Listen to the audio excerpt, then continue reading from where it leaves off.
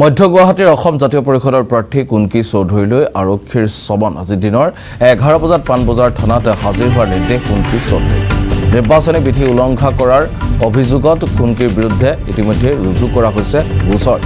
আজি দিনৰ 11 বজাত পাণবজাৰ থানাত হাজিৰ হোৱাৰ নিৰ্দেশ প্ৰদান কৰা হৈছে কুনকি চৌধুৰী